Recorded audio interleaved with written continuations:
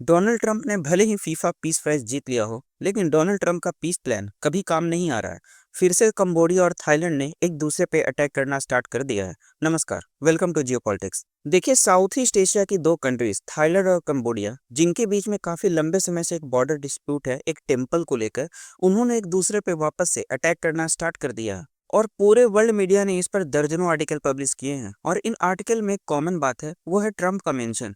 पूरे world media ने, फिर चाहे वो एनबीसी न्यूज हो जहां पे ये मेंशन करते हैं, two of Trump peace deals at risk, चाहे वो फिर आपका टाइम हो in places Trump has touted bringing peace conflict still rages, फिर चाहे वो आपका द टाइम्स ऑफ इंडिया हो, blow to Trump brokered ceasefire. लगभग जितने भी आर्टिकल पब्लिश हुए हैं थाईलैंड और कंबोडिया के वॉर के पे, उसमें लगभग आपको ट्रम्प का मेंशन मिलेगा। क्योंकि मैं आपको बता दूं, इसी साल 26 अक्टूबर को, 26 से 27 अक्टूबर को डोनाल्ड ट्रंप ने थाईलैंड और कंबोडिया के बीच में सीज फायर एग्रीमेंट करवाया था।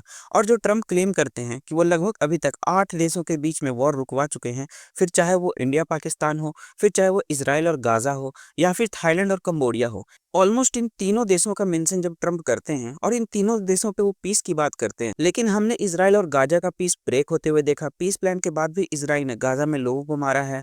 हमने इंडिया और पाकिस्तान का पीस प्लान देखा, जिसमें इंडिया मानने को ही तैयार नहीं है कि डोनाल्ड ट्रंप का भी कोई रोल रहा है ऑपरेशन सिंदूर को रोकने के लिए, सिर्फ पाकिस्तान ही कहे जा रहा है। और रही बात कंबोडिया और थाईलैंड की, तो अब तो ये ऑफिशियली हो गया है कि कंबोडिया और थाईलैंड ने एक दूसरे पर फाइटर जेट का इस्तेमाल करके बॉम्बिंग भी करना स्टार्ट कर दिया है। तो डोनाल्ड ट्रंप का जितना भी पीस प्लान है, वो धीरे ना धीरे वो पीस ब्रेक होता ही जा रहा है, और इनकी प्लान की धज्जियां ही उड़ रही हैं। लेकिन पहले हम ये जानते हैं कि थाईलैंड और कंबोडिया आखिर अभी लड़ क्यों रहे हैं। आखिर किस चीज को लेकर इनके बीच में एक बॉर्डर डिस्प्यूट है, जो कि 1950 से भी पहले से चलता आ रहा है। बेसिकली थाईलैंड और कंबोडिया के बीच में एक टेम्पल को लेकर डिस्प्यूट है, जिसका नाम है प्री विहार टेम्पल। ये थाईलैंड और कंबोडिया की बॉर्डर पे चलता है, और ये डिस्प्यूट चल रहा है 1950 से, जब कंबोडिया को इंडिपेंडेंस मिला था फ्रेंच कॉलोनी से। और प्री विहार टेम्पल, जो कि थाईलैंड और कंबोडिया के बॉर्डर पे पड़ता है, उसकी पूरी रिस्पॉन्सिबिलिटी और उसका ओनरशिप कंबोडिया को मिल गया था। और थाईलैंड और कंबोडिया दोनों प्री विहार टेम्पल को लेकर काफी नाराज थे। 1950 से इन लोग के बीच में कहासुनी हो रहा है, और 1950 में जब इंटरनेशनल कोर्ट ऑफ जस्टिस के सामने आया, तो 12 साल बाद यानी कि 1962 में इंटरनेशनल कोर्ट ऑफ जस्टिस ने, जैसे इंटरनेशनल कोर्ट ऑफ जस्टिस ने कंबोडिया के फेवर में ये फैसला सुनाया, उसके बाद कंबोडिया में सिविल वॉर स्टार्ट हो गया। और ये जो फैसला था इंटरनेशनल कोर्ट ऑफ जस्टिस का और प्री विहार टेम्पल का मैटर पूरी तरह से डोरमेंट हो गया, कुछ दिनों के लिए, कुछ सालों के लिए।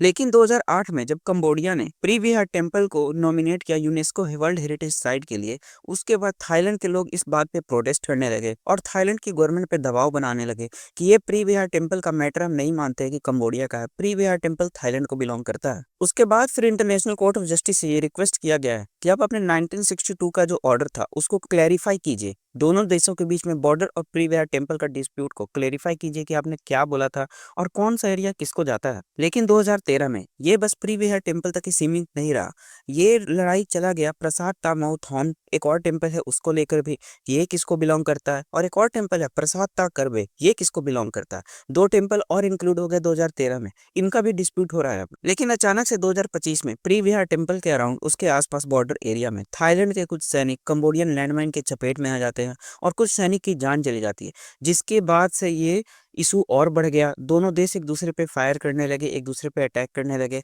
हालांकि डोनाल्ड ट्रंप ने 27 अक्टूबर 2025 को, मतलब कि अक्टूबर में ही, इन दोनों के बीच में कुआलालंपुर अकॉर्ड साइन करवाया, मतलब कि दोनों देशों के बीच में एक सीज फायर साइन करवाया था। जिसके बाद से ये दोनों देश कंबोडिया और थाईलैंड थोड़े दिन के लिए तो शांत रहे, लेकिन पिछले ही कुछ दिनों पहले ही इन दोनों देशों ने, थाईलैंड और कंबोडिया ने, एक दूसरे पे अटैक करना स्टार्ट कर दिया है।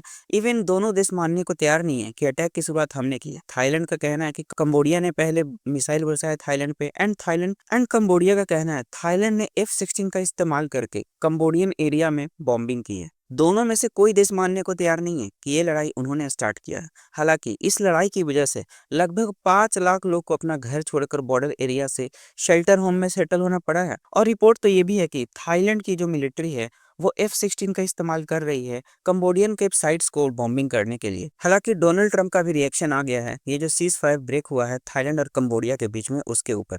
आप पहले उनका ये वीडियो देखिए। 10 months, I ended 8 wars, including Kosovo, Serbia, Pakistan and India. They were going at it. Israel and Iran, Egypt and Ethiopia. You didn't know about that. Armenia and Azerbaijan. And I hate to say this, one named Cambodia, Thailand, and it started up today. Tomorrow I'll have to make a phone call, and I think they'll get us.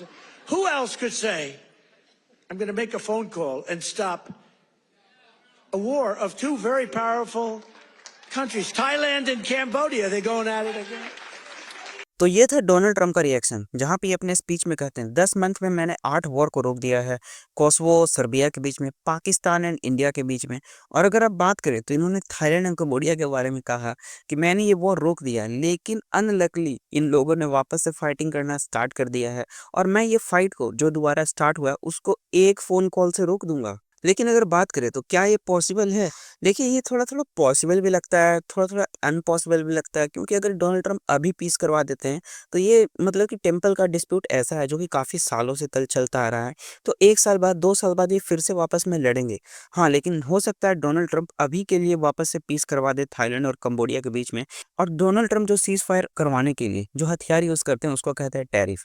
Donald Trump ने जब से trade को वेपनाइज़ किया है, उसके बाद से बहुत सारी कंट्रीज़ को इन्होंने सीज़ फायर करवाया सिर्फ और सिर्फ टैरिफ के दम पर, चाहे वो इंडिया और पाकिस्तान का हो। डोनाल्ड ट्रंप ने पाकिस्तान को बोला मैं तुम पे टैरिफ लगा दूंगा, तो पाकिस्तान तुरंत मान गया। हालांकि इनका ये टैरिफ का काम भारत पे नहीं चल पाया, लेकिन थाईलैंड और कंबोडिया का जो ये सीज़ फायर था, इन्होंने बिल्कुल टैरिफ के दम पे ही करवाया था कि अगर तुम लोग दोनों पीस नहीं करते हो तो मैं तुम दोनों पे टैरिफ लगा दूंगा, इतना कि यूएसए में तुम लोग कोई प्रोडक्ट खरीद परचेज भी नहीं करेगा। तो डोनाल्ड ट्रंप थाईलैंड और कंबोडिया के बीच में टैरिफ का डर दिखाकर पीस तो जरूर करवा सकते हैं, लेकिन ये देश कितने दिन तक आपस में पीस रखते हैं, सीज फायर रखते हैं, कितने दिन का ये सीज फायर का पालन करते हैं, ये देखने वाली बात है। और अगर आपको वीडियो थोड़ा भी पसंद आया हो तो लाइक करें, सब्सक्राइब करें एंड शेयर करें। Thank you.